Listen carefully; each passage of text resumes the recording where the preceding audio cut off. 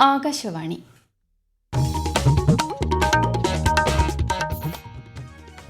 നമസ്കാരം.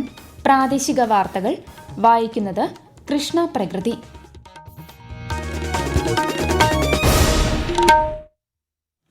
പ്രധാന വാർത്തകൾ. 6ാമത് ബിംസ്റ്റെക് ഉച്ചകോടിക്ക് തായ്ലൻഡിൽ തുടക്കം. അംഗരാജ്യങ്ങൾ തമ്മിൽ സഹകരണം ഉറപ്പാക്കാൻ ബിംസ്റ്റെക് കൂട്ടായ്മ പ്രതിജ്ഞാബദ്ധമെന്ന് പ്രധാനമന്ത്രി നരേന്ദ്രമോദി. വിവിധ വിഷയങ്ങളിലെ പ്രതിപക്ഷ ബഹളത്തെ തുടർന്ന് ലോക്സഭ അനിശ്ചിതകാലത്തേക്ക് പിരിഞ്ഞു. രാജ്യസഭയിൽ നടപടികൾ തടസ്സപ്പെട്ടു.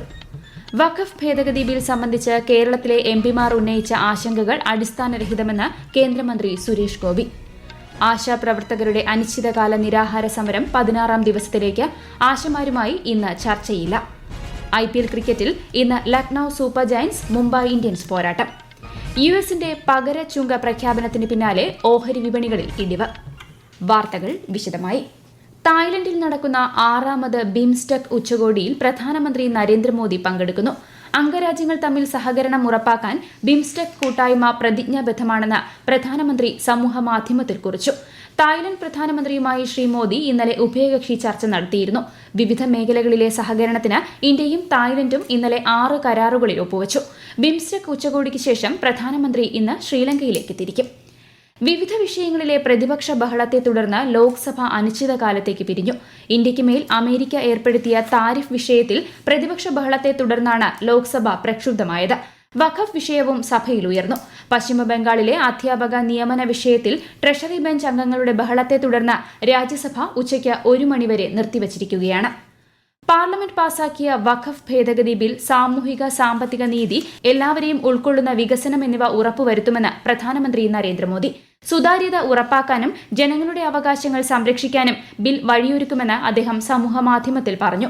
രാജ്യസഭയിൽ 95-നെതിരെ 128 അംഗങ്ങളുടെ പിന്തുണയോടെയാണ് ഇന്നലെ വഖഫ് ഭേദഗതി ബിൽ പാസായത്. വഖഫ് നിയമ ഭേദഗതികൾ മുനമ്പത്തെ ജനങ്ങൾക്ക് പ്രയോജനപ്പെടുമെന്ന് കേന്ദ്ര സഹമന്ത്രി സുരേഷ് ഗോപി. കേരളത്തിലെ എംപിമാർ ഉന്നയിച്ച ആശങ്കകൾ അടിസ്ഥാനരഹിതമാണെന്നും കൊച്ചി വിമാനത്താവളത്തിൽ അദ്ദേഹം മാധ്യമപ്രവർത്തകരോട് പറഞ്ഞു.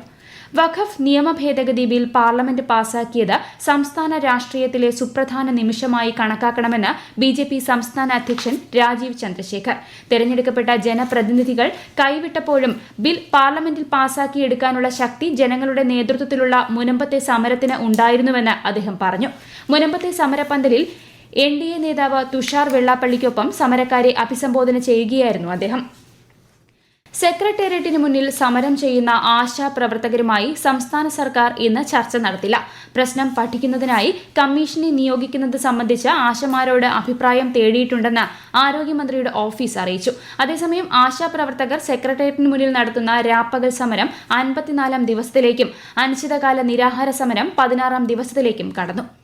CMRL കേസിൽ മുഖ്യമന്ത്രിയുടെ മകൾ വീണ വിജയനെ സീരിയസ് ഫ്രോഡ് ഇൻവെസ്റ്റിഗേഷൻ ഓഫീസ് പ്രതി ചേർത്ത സാഹചര്യത്തിൽ മുഖ്യമന്ത്രി പിണറായി വിജയൻ ഉടൻ രാജിവെക്കണമെന്ന് പ്രതിപക്ഷ നേതാവ് VD സതീശൻ. കേസ് രാഷ്ട്രീയ അജണ്ടയല്ലെന്നും അദ്ദേഹം പറഞ്ഞു.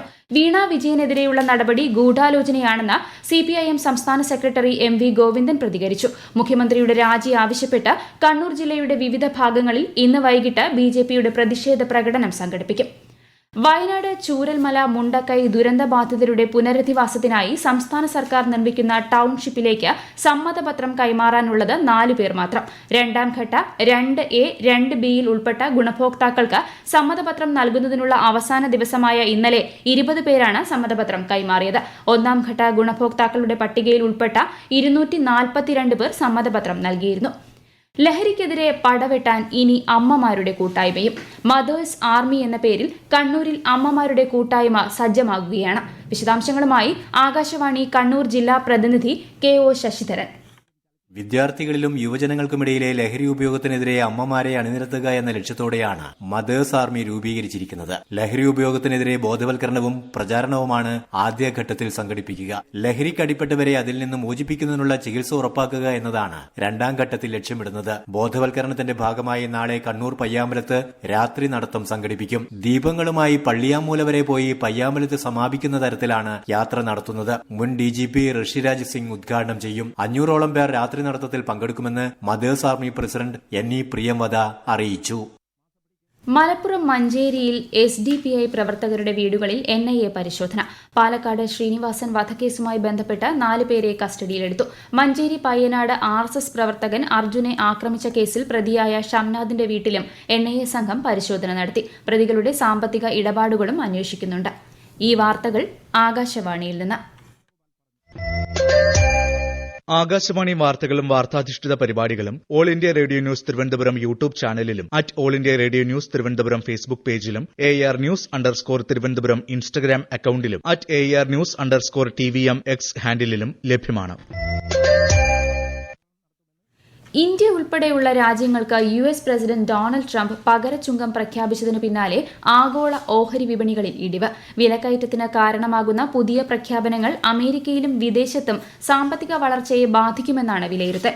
US വിപണി മൂല്യത്തിൽ $2.7 ട്രില്യൺ നഷ്ടം സംഭവിച്ചതായി വാൾസ്ട്രീറ്റ് ജേണൽ റിപ്പോർട്ട് ചെയ്തു.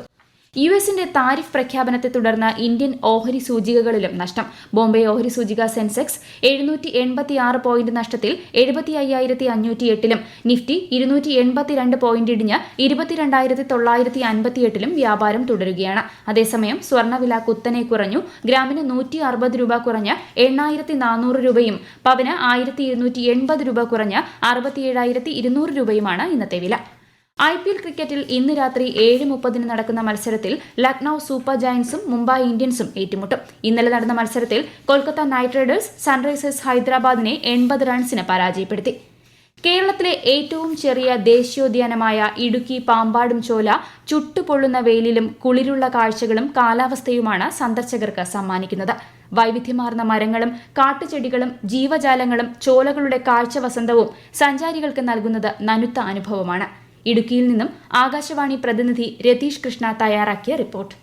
മൂന്നാറിൽ നിന്ന് 35 കിലോമീറ്റർ ദൂരത്താണ് പാമ്പാടുംചോല ദേശീയോദ്യാനം. മൂന്നാറിൽ നിന്ന് വട്ടവടയിലേക്കുള്ള യാത്രാമധ്യേ പാമ്പാടുംചോലയിലെ കാഴ്ചകൾ കാണാം. കൊടും വേനലിലും പാമ്പാടുംചോലയിലെ പുലർകാലങ്ങളിൽ മഞ്ഞു പറക്കും. അതിസുന്ദര കാഴ്ചകൾക്കൊപ്പം കിളികൾ തലങ്ങും വിലങ്ങും ചലിച്ചു പായും. എല്ലാം മറന്ന് ദൂരെ കണ്ണു നട്ടിരുന്നാൽ മറക്കാനാവാത്ത അനുഭൂതിയുടെ കാഴ്ചകൾ ആസ്വദിക്കാം. പ്രകൃതിയോട് ഇണങ്ങി പഠിക്കാനും കാഴ്ചക്കാരനാകാനുമുള്ള അവസരം ഇവിടെ സഞ്ചാരികൾക്കായി വനംവകുപ്പ് ഒരുക്കുന്നുണ്ട്. ഈ കാഴ്ചകൾ ആസ്വദിച്ച് ചോലയ്ക്കുള്ളിൽ താമസിക്കുവാനും വനംവകുപ്പ് സൗകര്യമൊരുക്കിയിട്ടുണ്ട്.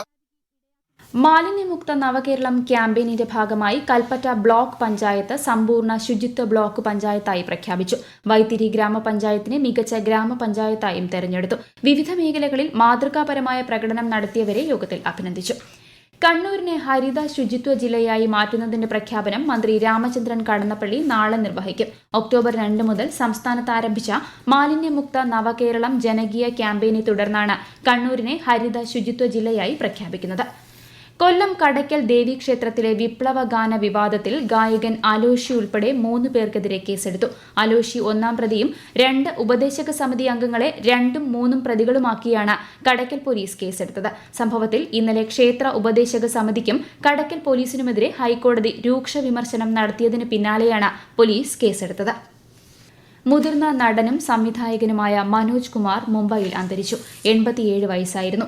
ഇന്ത്യൻ സിനിമയ്ക്ക് നൽകിയ സമഗ്ര സംഭാവനയ്ക്ക് പത്മശ്രീ, ദാദാസാഹിബ് ഫാൽക്കെ അവാർഡ് എന്നിവ നൽകി രാജ്യം ആദരിച്ചിട്ടുണ്ട്. ദേശസ്നേഹം നിറഞ്ഞ നിരവധി കഥാപാത്രങ്ങൾ അവതരിപ്പിച്ചതിലൂടെ ഭാരത് കുമാർ എന്ന പേരിലാണ് അറിയപ്പെട്ടിരുന്നത്. മനോജ് കുമാറിന്റെ നിര്യാണത്തിൽ രാഷ്ട്രപതി, ഉപരാഷ്ട്രപതി, പ്രധാനമന്ത്രി, കേന്ദ്രമന്ത്രിമാർ തുടങ്ങിയവർ അനുശോചിച്ചു.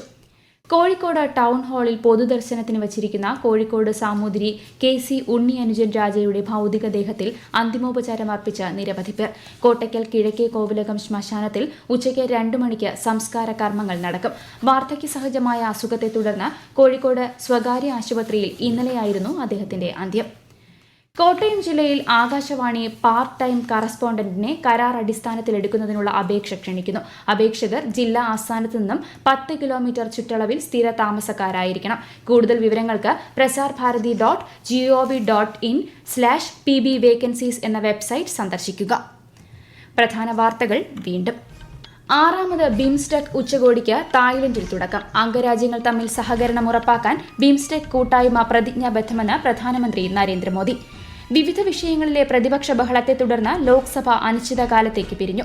രാജ്യസഭയിൽ നടപടികൾ തടസ്സപ്പെട്ടു. വഖഫ് ഭേദഗതി ബിൽ സംബന്ധിച്ച് കേരളത്തിലെ MPമാർ ഉന്നയിച്ച ആശങ്കകൾ അടിസ്ഥാനരഹിതമെന്ന് കേന്ദ്ര സഹമന്ത്രി സുരേഷ് ഗോപി.